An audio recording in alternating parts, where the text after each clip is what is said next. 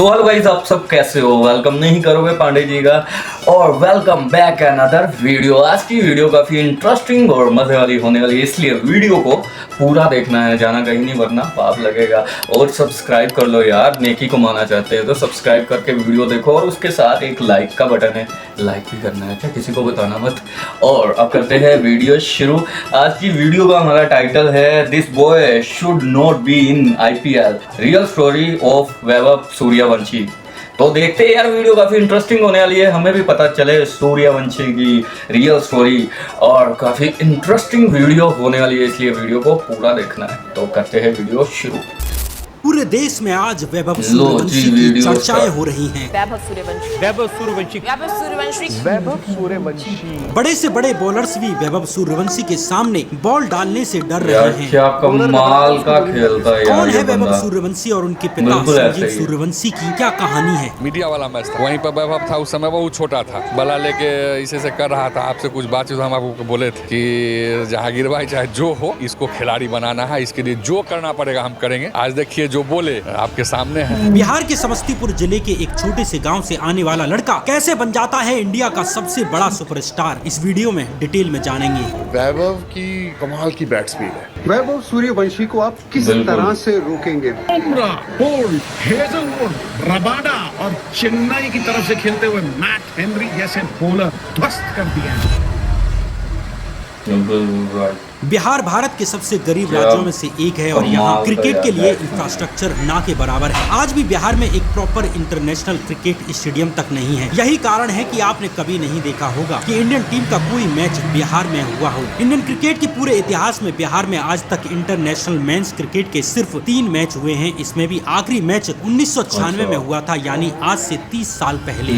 खेल के मैदान पर हेलीपैड बनते थे और टीम ट्रेनिंग के पैसे को डकार कर अफसर नेता के महले दो महले खड़े होते थे। हम उस जगह पे थे सर, जहाँ मैच तो छोड़िए, टीम तक नहीं थी। बिहार में क्रिकेट इंफ्रास्ट्रक्चर की इतनी कमी है कि बिहार में से झारखंड स्टेट निकलने के बाद BCCI ने बिहार क्रिकेट एसोसिएशन की मान्यता ही रद्द कर दी थी, क्योंकि बिहार में कोई क्रिकेट इंफ्रास्ट्रक्चर बचा ही नहीं था। एक अदद एसोसिएशन की मान्यता नहीं मिलने से बिहार के वो खिलाड़ी सूबे से बाहर नहीं जा पाते हैं, जिनके अंदर क्रिकेट की प्रतिभा कूट कूट कर भरी है। इसके 16 साल बाद जाकर यानी साल 2016 में BCCI ने BCA को दोबारा से रीस्टेट किया और 2018 में सुप्रीम कोर्ट के आदेश पर बिहार की रणजी ट्रॉफी में वापसी हुई। कि अभी तक देखा हूँ कि इतना भी बिहार कितना प्लेयर्स है, इतना मेहनत करते हैं, इतना लगन से खेलते हैं, मगर बिहार प्लेयर कुछ नहीं होता है। मतलब क्रिकेट के मामले में बिहार की हालत ये रही कि सालों तक बिहार इंडियन डोमेस्टिक क्रिकेट का भी हिस्सा नहीं था। इसलिए सबसे ज्यादा नुकसान हुआ बिहार से आने वाले उन खिलाड़ियों का जिनके पास टैलेंट था, लेकिन बिना इंफ्रास्ट्रक्चर और सपोर्ट के वे बड़े लेवल पर क्रिकेट खेलने ना पहुँच सके। बाकी देख रहे हैं स्टेडियम पे ये थाना बना हुआ है, और ये कदम कुआं थाना है, और इधर जाने के लिए था, लेकिन ये अंदर से स्टेडियम के अंदर थाना बना होता है, तो दर्शक मैच देखने के लिए नहीं पता, चारों तरफ से गेट है, वहाँ पुलिस वाले लिख दिए हैं कि वर्जित है, यहाँ पुलिस वाले रह रहे हैं। ऐसे ही एक खिलाड़ी थे समस्तीपुर के संजीव सूर्यवंशी। संजीव में क्रिकेट को लेकर इतना जुनून था कि एक बार पटना में एक टूर्नामेंट हो रहा था, जिसमें खेलने के लिए एक फॉर्म भरा जाना था। इस फॉर्म को खरीदने के लिए संजीव 90 किलोमीटर साइकिल चलाकर समस्तीपुर से पटना शहर पहुंच जाते हैं। 1980 और 1990 के दशक में संजीव एक उभरते हुए खिलाड़ी थे, लेकिन बिहार में कोई सुविधा या सपोर्ट सिस्टम नहीं था, जिसके कारण संजीव आगे नहीं बढ़ सके।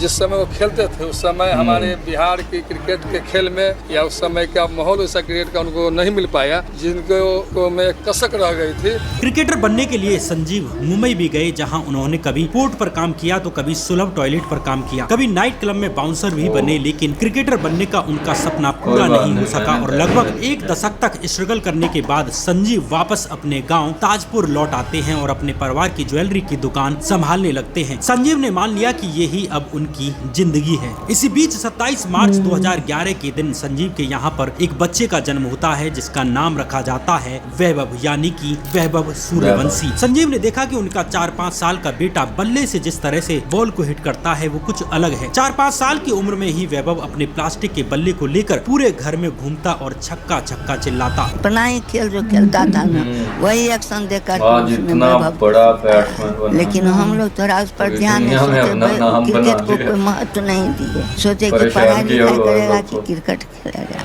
लेकिन वह अपना अरमान अपना बउआ पर कर लिया। यहाँ संजीव को अपने बेटे वैभव में एक छोटी सी उम्मीद दिखी अपना सपना पूरा करने के लिए, इसलिए संजीव ने घर के पास ही एक पिच बना दी ताकि 5 साल के वैभव को घर पर ही प्रैक्टिस कराई जा सके। इधर जो पिच बनाया है ये दिखाइए जरा, ये मिट्टी का पिच, मिट्टी का, ये काली मिट्टी का पिच है, उसी के लिए प्रैक्टिस के लिए बना था। और ये घास वाला है और बगल में आपको सीमेंटेड का पिच है, दोनों पर प्रैक्टिस होता था। संजीव ने बिना एक भी दिन छोड़े हर दिन वैभव को प्रैक्टिस कराई। जैसे जैसे वैभव बड़ा होने लगा, संजीव ने गांव और आसपास के बड़े बड़े लड़कों को बुलाना शुरू कर दिया जो वैभव को फास्ट बॉलिंग कर सकें। कई बार इन लोगों का खाना और आने जाने का खर्च भी सब कुछ संजीव ही अरेंज करते। दोस्तों, खर्चे की बात आई है तो यहाँ मैं आपको ओडू के बारे में बताना चाहता हूँ, जो एक all in one business management software है, जहाँ छोटे छोटे स्टार्टअप से लेकर बड़ी बड़ी कंपनी सिर्फ एक ही प्लेटफॉर्म पर मैनेज हो जाती हैं। मैं खुद अपने YouTube चैनल से रिलेटेड इनवॉइसेज ओडू पर ही क्रिएट करता हूं।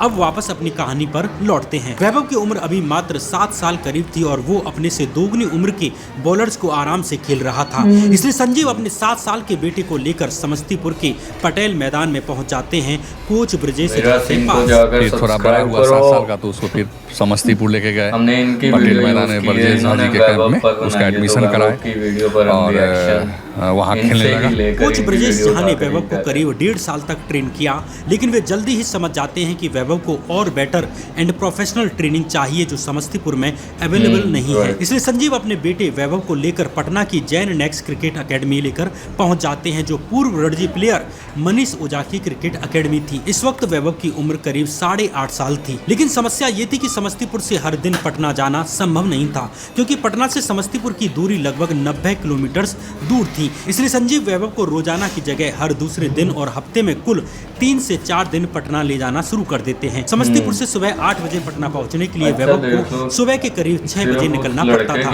लेकिन सुबह निकलने से पहले उसे 1 घंटा पढ़ना पड़ता था ताकि पढ़ाई पूरी तरह छूटे नहीं। देखिए, वैभव मेरे पास 8.5 साल की उम्र के आसपास आया था, अपने पिताजी के साथ आया तो काफ़ी छोटा बच्चा था। तो उसके पिताजी ने बोला कि वो मेरे से पर्सनल ट्रेनिंग लेना चाहता है।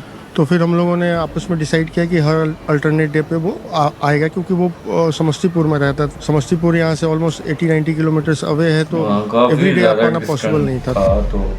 समस्तीपुर से पटना आने जाने में वैभव के करीब 4 से 5 घंटे खर्च हो जाते थे, लेकिन वैभव से भी ज्यादा संघर्ष कोई और आदमी भी कर रहा था और वो थी उनकी माँ आरती सिंह। दरअसल संजीव अपनी गाड़ी में वैभव के अलावा कुछ और लड़कों को भी साथ लेकर पटना जाते थे ताकि वो वैभव को बॉलिंग कर सकें। इन लड़कों का खाना भी वैभव के घर से ही बनकर आता था और खाना बनाने के लिए वैभव की माँ आरती सिंह को रोज सुबह 2 से 3 बजे उठना पड़ता था ताकि वैभव सुबह 8 साढ़े 8 बजे तक पटना कोचिंग तक पहुँच सकें और शाम 4 बजे तक वहाँ पर प्रैक्टिस कर लें। जिस दिन वैभव पटना नहीं जाता था उस दिन समस्तीपुर में ही उसके घर की कुछ पर ही प्रैक्टिस की जाती थी, चाहे तेज धूप हो या बारिश हो या सर्दी कुछ भी हो, लेकिन वैभव का यही रूटीन रहता और ये रूटीन करीब 4 साल तक चलता है। अपने बेटे वैभव को कोचिंग कराने के लिए पिता संजीव ने भी अपना काम छोड़ दिया। जब वैभव की ट्रेनिंग के लिए पैसों की जरूरत पड़ी तो उन्होंने अपनी जमीन भी बेच दी। घर चलाने के लिए वैभव के बड़े भाई ने कम उम्र में ही अपने पिता की जिम्मेदारी ले ली। वहीं वैभव की माँ रात 11 बजे सोती और सुबह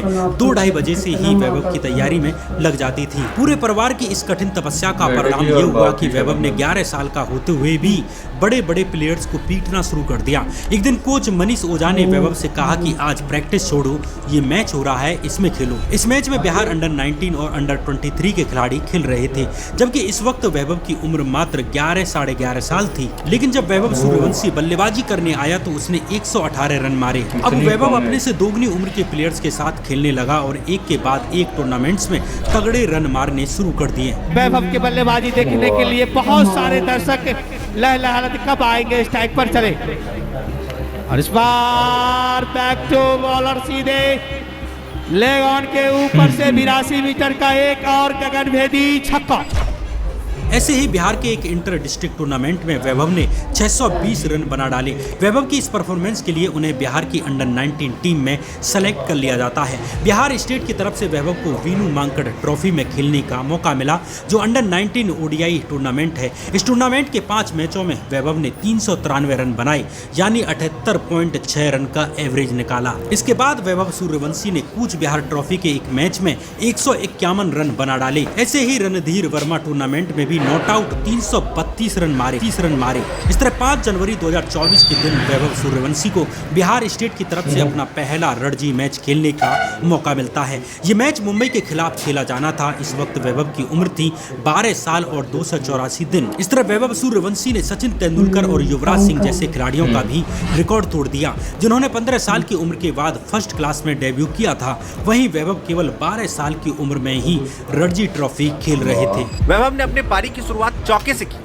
वैभव ने 28 गेंदों पर 4 बेहतरीन चौकों से 19 रन बनाए और वह शिवम दुबे का शिकार बने। वैभव के टैलेंट को बीसीसीआई भी देख रही थी, इसलिए सितंबर 2024 में बीसीसीआई ने वैभव को इंडिया की अंडर 19 टीम के लिए सेलेक्ट कर लिया। इस वक्त वैभव की उम्र मात्र 13 साल और 6 महीने करीब थी। वैभव को चेन्नई में ऑस्ट्रेलिया के साथ होने वाले टेस्ट में अपना पहला मैच खेलने का मौका मिला, लेकिन जब वैभव सूर्यवंशी बैटिंग करने के लिए आए तो ऑस्ट्रेलिया के कुछ खिलाड़ियों ने उन्हें स्लेज करना शुरू कर दिया, लेकिन उन्हें भी नहीं मालूम था कि वो वैभव को छेड़कर बहुत बड़ी गलती कर रहे हैं। ऑस्ट्रेलियाई प्लेयर्स की स्लेजिंग के जवाब में वैभव सूर्यवंशी ने मात्र 58 गेंदों में ही अपनी पहली सेंचुरी बना डाली, यानी इंडिया अंडर 19 की टेस्ट हिस्ट्री की सबसे फास्टेस्ट सेंचुरी। इस वक्त वैभव सूर्यवंशी की उम्र केवल 13 साल 188 दिन थी और वो किसी भी इंटरनेशनल लेवल पर शतक बनाने वाले सबसे कम उम्र के खिलाड़ी बन जाते हैं। Played first class cricket at 12. I think he scored the fastest hundreds for India under 19s